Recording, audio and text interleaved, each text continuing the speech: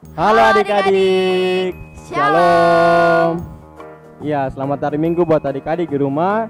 Ya, seperti biasa, sebelum kita mulai dengan sekolah minggu kita di pagi hari ini, nanti Kakak Cici akan pimpin kita dalam berdoa. Ya adik-adik, kita akan berdoa. Mari kita satu di dalam doa. Mari kita berdoa. Selamat pagi Tuhan Yesus yang baik. Terima kasih karena Tuhan Yesus telah menjaga kami dari malam hingga pada pagi hari ini Tuhan. Sekarang kami akan memulai ibadah kami Tuhan. Kiranya Tuhan Yesus boleh menjaga kami dari awal sampai pada akhirnya. Ini saja doa kami Tuhan. Haleluya, amin. Ya, sebelum kita menyanyi, Kakak Nardo mau tanya sama Kakak Cici dulu. Gimana, Kakak Cici cinta kah tidak sama Tuhan Yesus? Cinta dong Kakak Nardo. Iya, kalau Kakak Cici cinta sama Tuhan Yesus, mari kita menyanyi lagu yang mengatakan Bila Ku Ingat Cinta Tuhanku. Bila ku ingat cinta.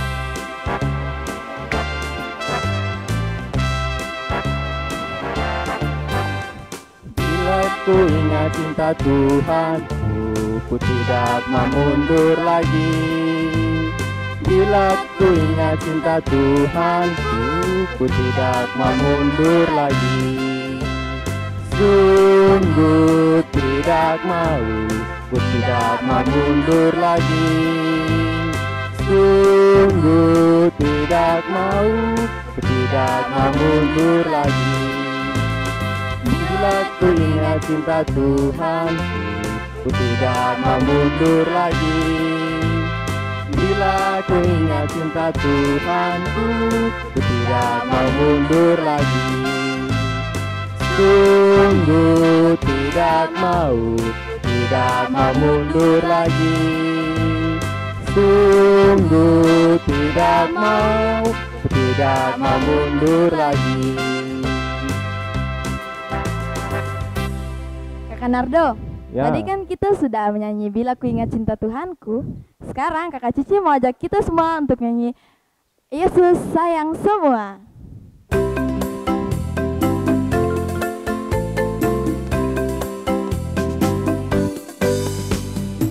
Yesus sayang semua, semua, semua. Yesus sayang semua, sayang semua. Sayang papa, sayang mama, sayang kakak, sayang adik, sayang kamu dan saya, sayang semua. Ya, mari kita sama-sama menyanyi lagu Domba Kecil.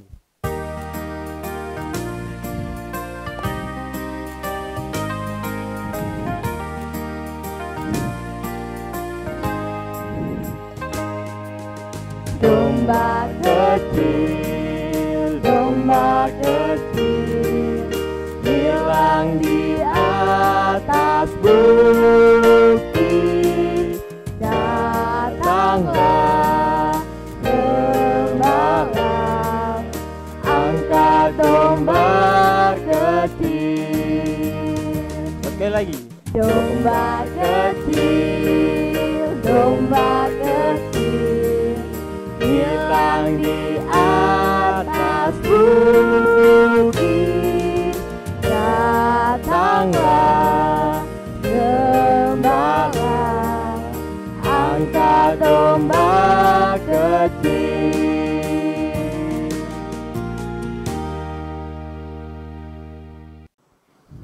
Iya adik-adik, supaya kita lebih semangat lagi, Kakak mau ajak kita semua berdiri, kita gerakan kita punya badan. Ya, kita menyanyi lagu Halo halo hello hello ola ola. Ikuti gerakannya. Semangat ya adik-adik.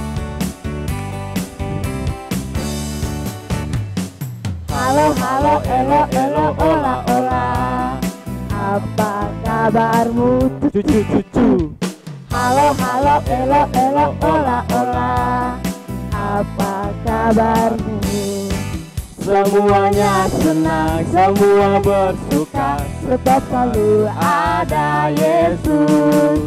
Jangan kamu sedih, jangan kamu susah, sebab Yesus besertaku. Sekali lagi. Halo halo elo elo ola ola. Apa kabarmu? Cucu. Halo, elo, ola. Apa kabarmu? Semuanya senang, semua bersuka, Sebab selalu ada Yesus. Jangan kamu sedih, jangan kamu susah, selalu besertamu. Ya, lagu selanjutnya mari kita menyanyi lagu Aku Mau Ikut Tuhan. Ikut gerakannya. Jangan malas-malas.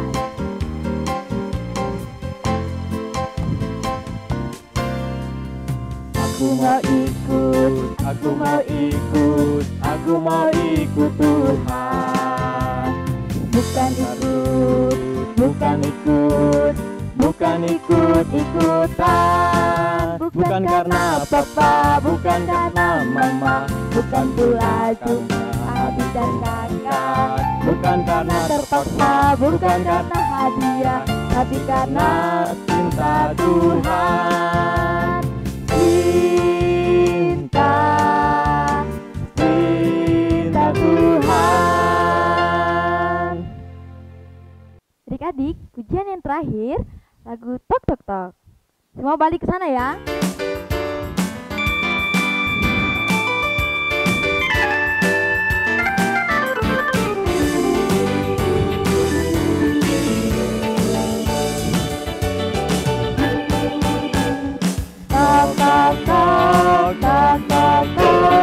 Yesus mengetok. Pintu hatimu. Bila kau dengar suaranya, buka pintu hatimu.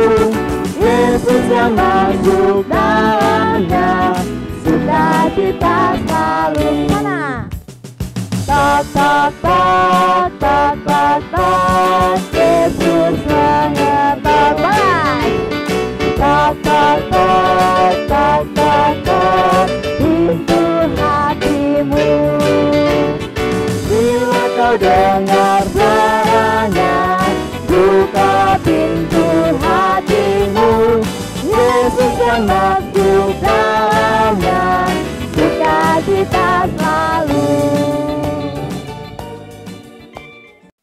Ya, adik-adik silakan untuk duduk kembali. Kita akan mengumpulkan persembahan. Namun sebelum itu kakak kasih tahu lagi kepada adik-adik di rumah, setelah mengumpulkan persembahan, kita boleh mengumpulkan atau memberinya di kakak pengasuh terdekat. Sekarang kita akan menyanyi dalam nyanyian rohani 160, Tuhan ambil hidupku. Ayat 1 dan ayat yang kedua.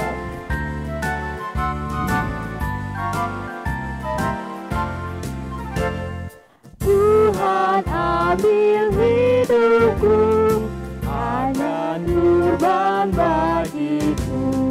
Jika tangan bekerja, kasih-Mu menggerakkannya. Ayat 2. Bila mulutku menggah, hanya dalam Tuhan, suara bibir nak penuh bisa kepurahan-Mu. Ya adik-adik, sebelum kita mendengarkan firman Tuhan, untuk itu kakak minta adik-adik lipat tangan, tunduk kepala, kita bersatu dalam doa. Berdoa mulai. Tuhan Yesus yang baik, terima kasih karena Engkau sudah menjaga kami dari awal pertengahan hingga sekarang kami telah mengumpulkan persembahan. Sekarang kami mau mendengarkan sebagian daripada firman-Mu. Berkati kami agar apa yang kami baca dan kami dengar boleh kami mengerti dan dapat kami lakukan dalam kehidupan kami setiap hari ya Tuhan.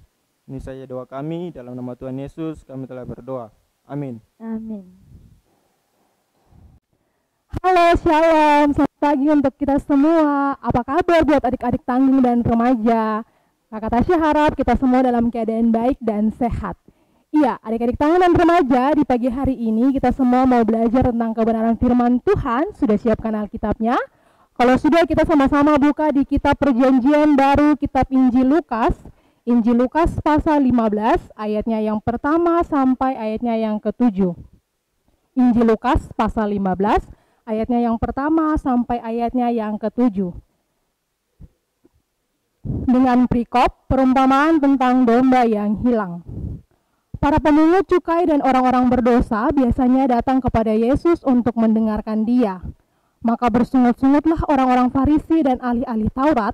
Katanya, Ia menerima orang-orang berdosa dan makan bersama-sama dengan mereka. Lalu Ia mengatakan perumpamaan ini kepada mereka. Siapakah di antara kamu yang mempunyai 100 ekor domba, dan jikalau ia kehilangan seekor di antaranya, tidak meninggalkan yang 99 ekor di padang gurun, dan pergi mencari yang satu itu sampai menemukannya? Dan kalau ia telah menemukannya, ia meletakkannya di atas bahunya dengan gembira, dan setibanya di rumah, ia memanggil sahabat-sahabat dan tetangga-tetangganya, serta berkata kepada mereka, bersukacitalah bersama-sama dengan aku, sebab dombaku yang hilang itu telah kutemukan. Aku berkata kepadamu, demikian juga akan ada sukacita di sorga karena satu orang berdosa yang bertobat, lebih daripada sukacita karena 99 orang benar yang tidak memerlukan pertobatan. Iya, demikian jauh pembacaan firman Tuhan kita di pagi hari ini. Dikatakanlah berbahagia setiap orang yang membaca, tetapi terlebih lagi yang mau melakukan firman Tuhan itu di dalam kehidupannya hari lepas hari. Iya, adik-adik sekolah minggu yang diberkati Tuhan, tentu saja cerita Alkitab Lukas pasal 15 ayat 1 sampai 7 bukanlah cerita yang asing bagi kita.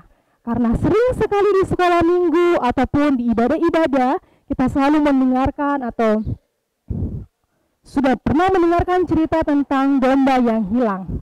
Nah, adik-adik, ternyata perumpamaan tentang domba yang hilang ini ditulis untuk merubah cara pola pikir orang-orang ahli Taurat dan orang-orang Farisi pada waktu itu. Karena kita bisa lihat sendiri di ayat 2, maka bersungut-sungutlah orang-orang Farisi dan ahli-ahli Taurat, katanya ia menerima orang-orang berdosa dan makan bersama-sama dengan mereka. Dilanjutkan dengan ayatnya yang ketiga, lalu ia mengatakan perumpamaan ini kepada mereka. Yesus mengatakan perumpamaan tentang domba yang hilang kepada orang-orang ahli Taurat ataupun orang-orang Farisi untuk merubah cara pola pikir mereka. Karena pada waktu itu orang-orang ahli Taurat ataupun orang-orang Farisi, mereka berpikir bahwa mereka orang yang suci, mereka orang yang tidak pernah berdosa, mereka selalu tahu tentang firman Tuhan, dan mereka tidak layak untuk bergabung bersama-sama dengan orang-orang yang berdosa. Makanya mereka berpikir bahwa kenapa Yesus datang makan berkumpul bersama dengan orang berdosa. Untuk itu perumpamaan ini Yesus berikan kepada orang-orang Farisi dan ahli Taurat untuk merubah cara pikir mereka. Nah, secara manusia pasti kita juga berpikir, kalau seandainya kita punya barang yang banyak, misalkan kita punya hewan peliharaan ayam, kita memelihara 10 ekor ayam, terus tiba-tiba di antara 10 itu ada satu yang hilang, jadi sisa 9.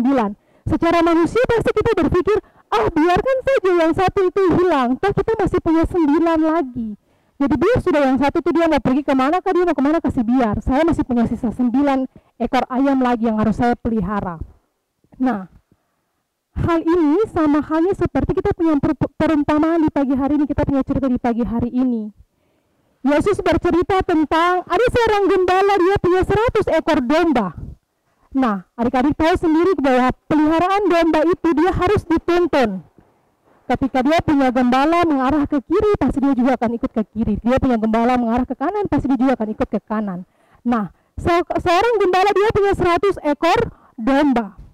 Ketika dia mungkin pergi lagi bawa jalan-jalan, dia punya domba itu, tiba-tiba dia pas pulang dia menghitung, domba yang tadi 100 ini ternyata dia sisa 99. Di mana yang satu ini? Dia tidak berpikir, biar sudah yang satu ini dia tersesat dia mau hilang dia kasih biar.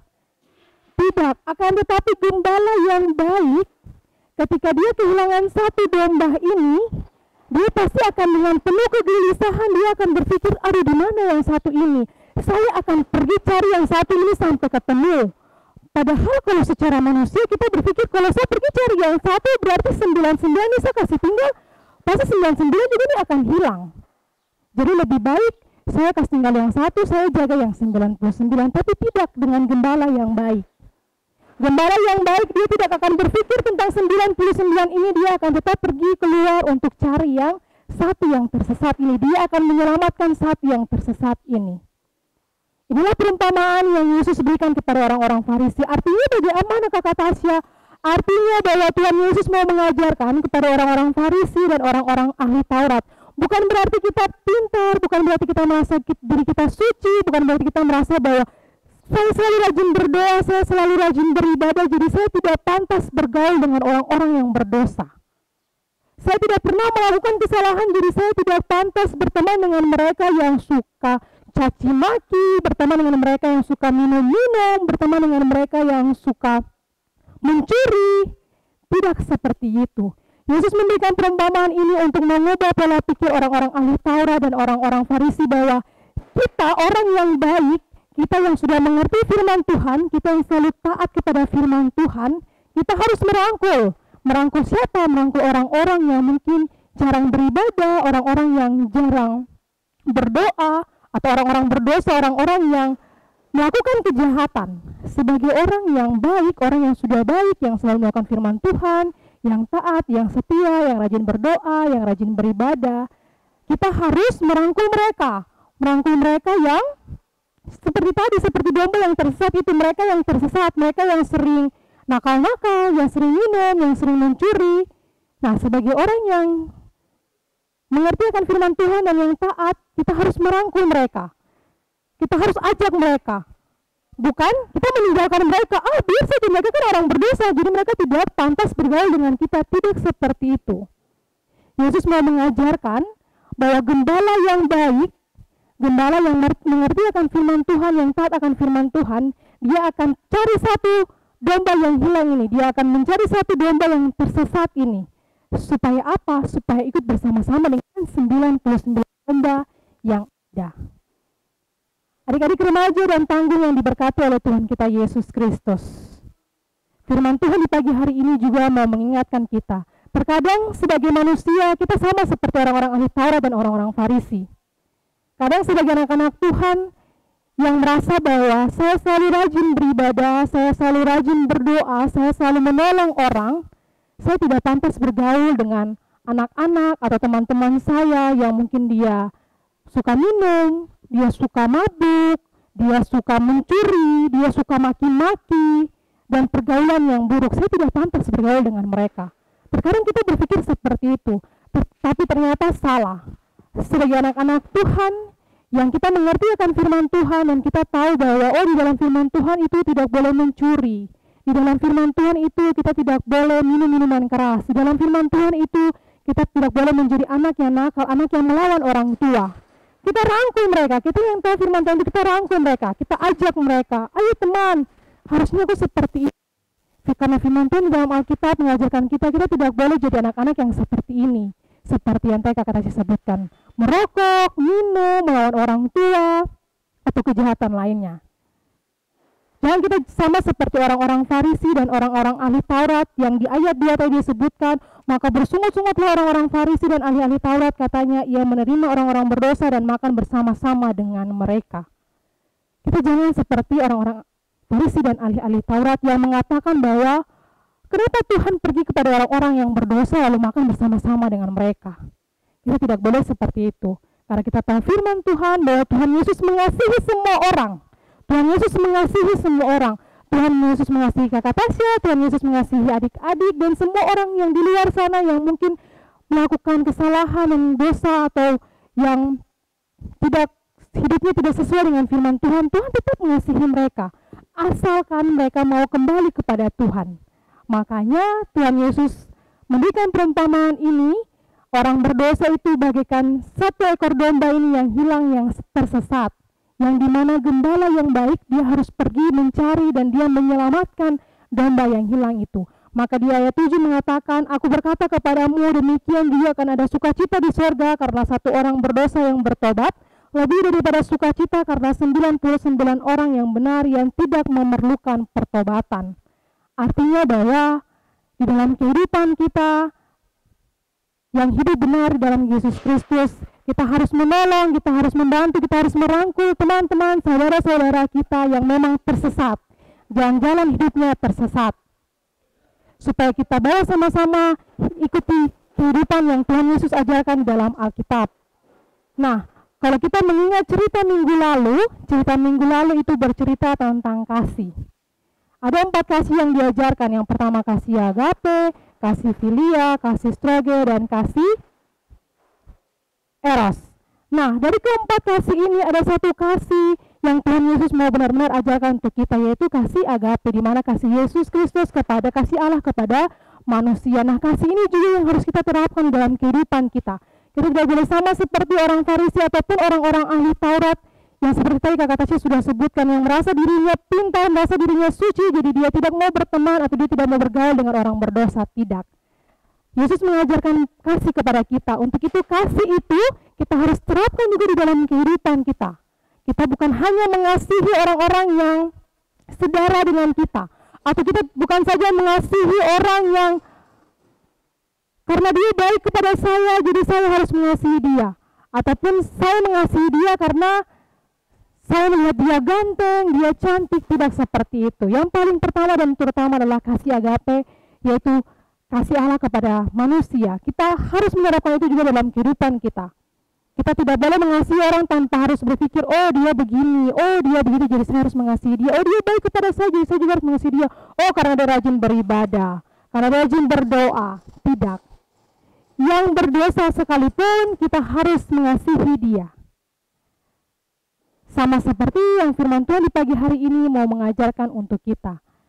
Kiranya firman Tuhan di pagi hari ini memampukan kita untuk melakukan setiap apa yang Tuhan ajarkan di dalam kehidupan kita. Jangan sama seperti orang-orang Farisi atau orang-orang ahli Taurat, tetapi belajar dari Yesus Kristus dan menerapkan kasih yang sudah Yesus Kristus ajarkan untuk kita.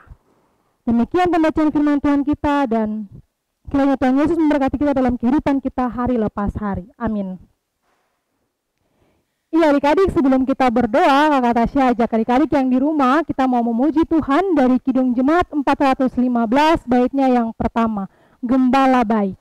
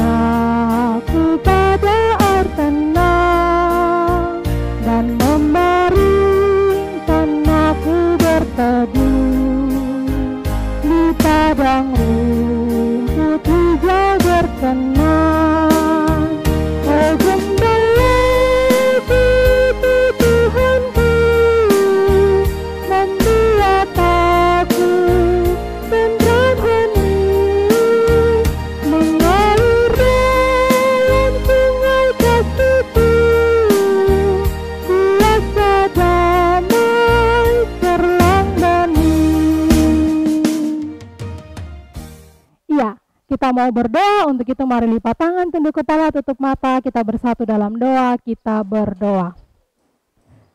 Kami mengucap syukur Tuhan Yesus yang baik, karena di pagi hari ini kami sudah membaca, tetapi kami juga sudah merenungkan kebenaran firman Tuhan yang terambil dalam kitab Injil Lukas 15 ayat 1-7. Biarlah firman Tuhan yang sudah kami dengar bersama ini ya Tuhan boleh tertanam dalam hati dan kehidupan kami, tetapi terlebih lagi kami dapat melakukannya dalam kehidupan kami hari lepas hari. Terima kasih Tuhan Yesus yang baik, kami mau berdoa untuk setiap kehidupan adik-adik dari tanggung sampai dengan remaja, dalam setiap hal yang mereka lakukan dalam setiap kehidupan mereka sehari-hari, bersekolah. Tuhan Yesus Engkau memberkati mereka, berikan kuat dan sehat selalu, supaya di dalam kehidupan mereka apapun yang mereka lakukan, kiranya boleh jadi kehormatan dan kemuliaan bagi nama Tuhan saja. Berkati mereka dalam setiap pergaulan mereka, dalam setiap kehidupan lingkungan mereka ya Tuhan, supaya kiranya pergaulan itu boleh menjadi pergaulan yang baik, yang berkenan di hadapan Tuhan. Terima kasih juga Tuhan Yesus yang baik. kami akan berpisah satu dengan yang lain. Kiranya kehidupan kami di sepanjang minggu yang baru ini kami serahkan ke dalam tangan Tuhan. Ini saja doa dan permohonan kami ya Tuhan Yesus, di dalam nama Yesus Kristus kami berdoa. Amin. Adik-adik, tidak terasa kita punya ibadah sekolah minggu di pagi hari ini sudah berakhir. Tapi adik-adik, jangan sedih karena masih ada ibadah kita di minggu depan. Maka dari itu, adik-adik jangan lupa terus ikuti ibadah sekolah minggu online di YouTube channel Multimedia GKI Kanaan Perumnas 4. Sampai jumpa.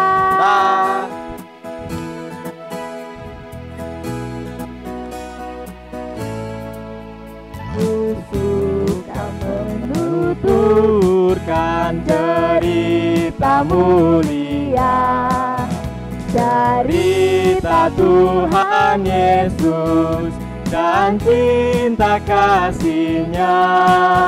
Ku suka menuturkan cerita yang benar, penawar hati rindu, pelipur terbesar.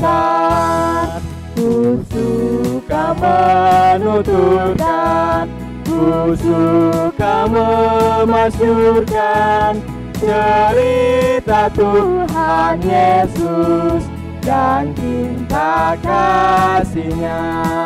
Sampai jumpa.